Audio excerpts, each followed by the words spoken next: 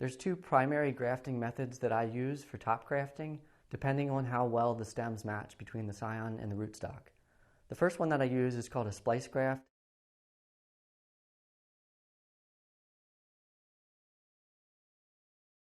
Which I use when the stems are more closely aligned in diameter, and I use it because it's quicker and it's a little bit easier to do.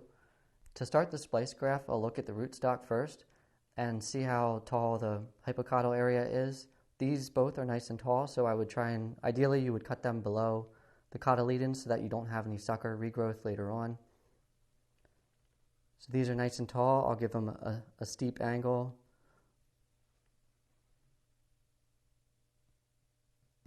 And try and make it nice and smooth. I want to get a steeper cut on this one. When you go to put the clips on, you want to find the right size clip.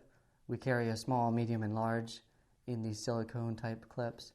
And I'll put them on the rootstock first, halfway like this, with the cut, the bottom of the cut going into the side of the clip, not towards the front, so that the scion doesn't slip out when you put it in. And this one is a medium-sized clip there. For the splice graft, you want to be as accurate as you can in choosing the stem diameter of your scion, but these two look like a pretty good match. I'll take them over to see how well they match up on the diameter. I think that's good for the small one, and that's pretty good for the medium-sized one. Sometimes it helps to be a little more accurate with your cuts by doing it against the table.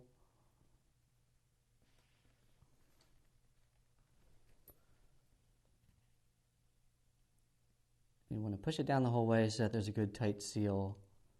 The steeper the angle of the cut, the more surface area you have, but at a certain point the cut might be too big to really fit nicely in the silicone clip, so a good 60-degree angle is kind of what I'm shooting for. Now that the clips are on, I'll make a decision whether I want to put a stake in or not. These clips have a loophole in the back for putting a stake in. There's a couple different options that I see commonly used. There's the bamboo skewer, which is always good not to introduce any wood really in the healing chamber, especially up against the plants like that. But I think for one-time use, maybe those are okay. But for reusing, there's the ones that Johnny's carries is these nice, thin, sturdy stakes, which I think over time will hold up better than the coffee straws will. They're also thinner so that when you're trying to fit them, especially into this small grafting clip, it'll go in much easier than the coffee straws will.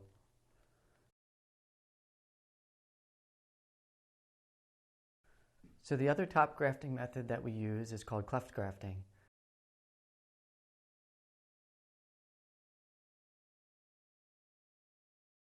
And that comes in handy when the plants have gotten a little bigger than you'd like, and which I think this is a good example of just a little larger than I would like for the splice grafting, or when the stem diameters don't perfectly match up. The silicone clips that are used for the splice grafting method also work for cleft grafting, but they are generally too small, and the clothespin style clips are more preferable for this method. Depending on the size of your stems, you'll want to use the smaller clear clothespin clip, which actually has two different sections to it that are smaller or medium, or the large orange clothespin clip. With cleft graft, your first cut will be horizontal, straight across the stem, and I still prefer to go below the cotyledons when possible.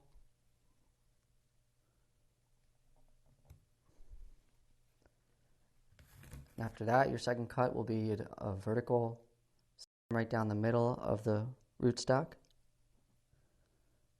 Go about a ½ inch.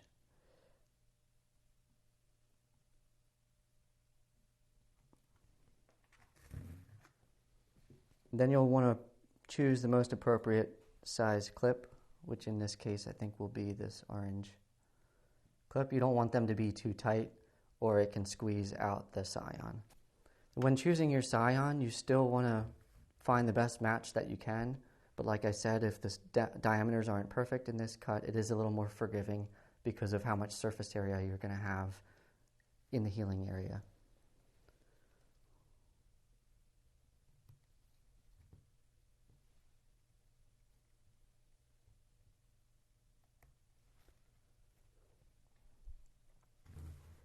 In this case, these plants are a little older, and I would prune off some of these leaves. And your next cut, you want to shape this into a flathead screwdriver.